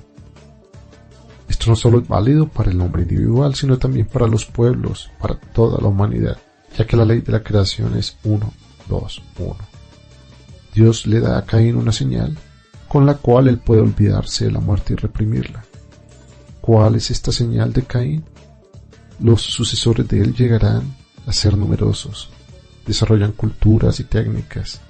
Él mismo, junto con su hijo Enoch, deviene el primer constructor de ciudades, ya que la turbulencia de una ciudad deja olvidar mucho más fácilmente que el silencio. Será el destino del sufrimiento, a diferencia del otro camino, el de la Torá, el del conocimiento. No es el trabajo con la materia lo falso, sino la atadura a ella, a lo pasajero, el constante deseo de llegar a ser más rico y poderoso.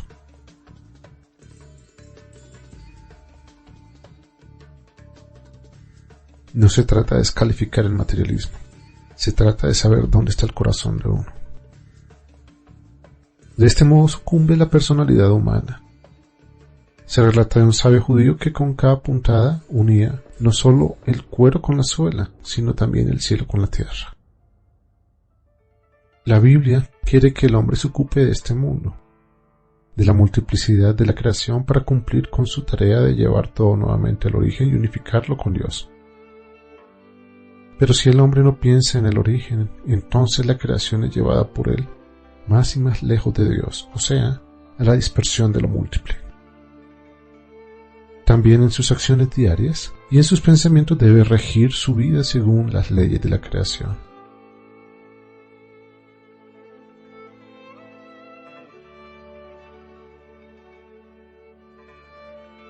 Ciudad en la Biblia siempre es un símbolo del culto a los ídolos, de la orientación hacia un fin utilitario. Solo Jerusalén, allí donde está emplazado el templo, obtiene por este otro carácter.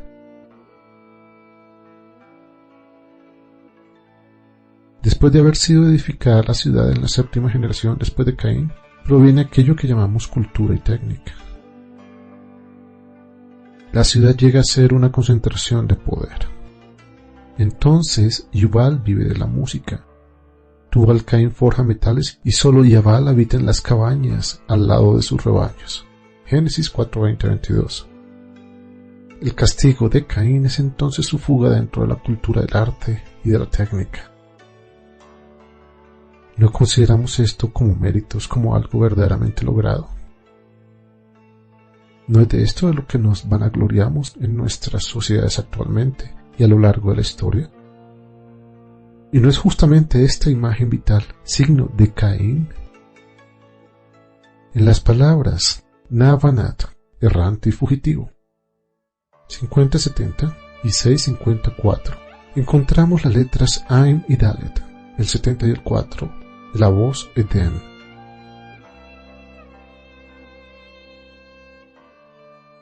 Pero aquí no se encuentran como letras iniciales finalizando con la letra Num, el 50, sino que se trata de letras finales, o sea, una conclusión.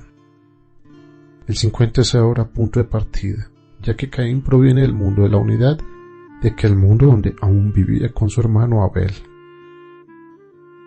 Pero ahora entra en la multiplicidad de lo humano, del 70, multiplicidad del mundo de espacio y tiempo, entra en el 4.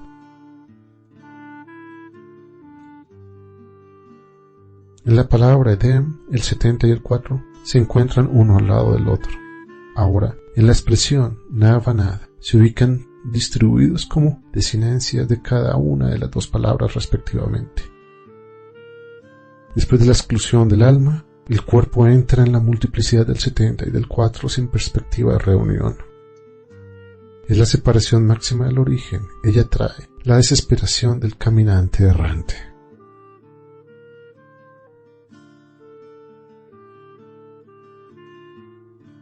Conocemos la historia de Caín aún en otra forma. Es la historia de Fausto, obra literaria. Él quiere poseer el mundo, investigarlo con medidas humanas. Rápidamente se le ofrece el diablo como ayuda y solo pide por ello el alma. Fausto atraviesa la cultura caínica, trae inquietud, desgracia sin encontrar él mismo la paz del alma. El que quiere poseer el mundo tiene que vender su alma al diablo. Es muy característico el fin de Caín. No son muy comprensibles las palabras: el que mate a Caín será vengado 7 veces. Génesis 4:15. Y las palabras de Lamej: he matado a un hombre por mi herida y a un joven por mi protuberancia. Caín será vengado 7 veces, pero Lamej 77 veces.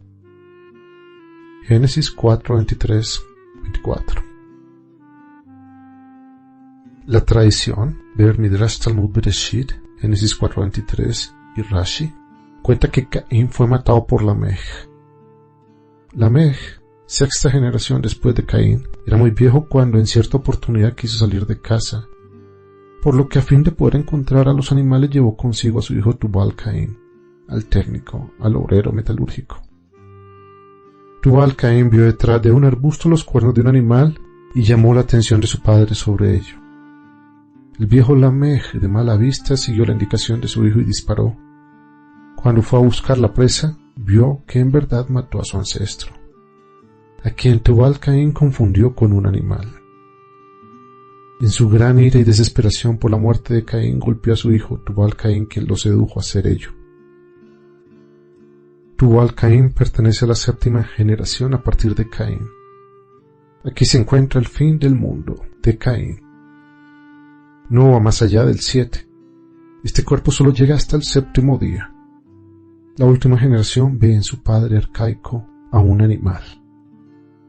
Los visibles cuernos de Caín, que también juegan un papel importante en los animales de sacrificio, muestran a la última generación, a la de Tubal-Caín, el desarrollo del hombre Caín. El mundo de Caín es el mundo del cuerpo, y el cuerpo solo conoce el desarrollo. El cazador Lamech caza al animal. Su placer consiste justamente en que el animal se esconde y huye. Él quiere demostrar que es más inteligente y astuto que el animal. La emoción de la caza es el placer del cazador. Este no tiene otra meta. Una vez cazado el animal hay otros que aún se encuentran libres. Nunca termina la caza. Mientras viva el cazador, cazará. La caza está representada también por el hombre que quiere apresar a la mujer. La mujer se esconde, pero justamente este esconderse de ella estimula al hombre, lo hace cazador.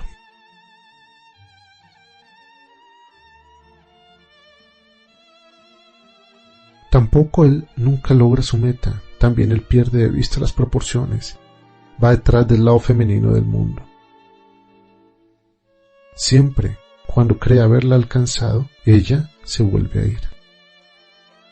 La caza es como el contacto con el árbol del conocimiento, con el árbol que hace frutos. Quien una vez se encuentre bajo su influencia es siempre atraído por él, tal como la tierra con su fuerza de gravedad atrae los objetos del mundo material.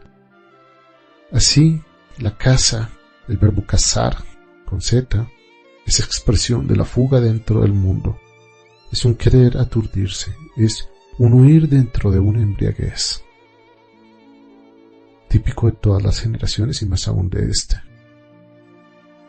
Los grandes cazadores de la Biblia, por lo tanto, son también los servidores de ídolos, como por ejemplo Nimrod y Esaú, aquellos que han elegido el camino de la tierra y llegaron a ser poderosos en este camino.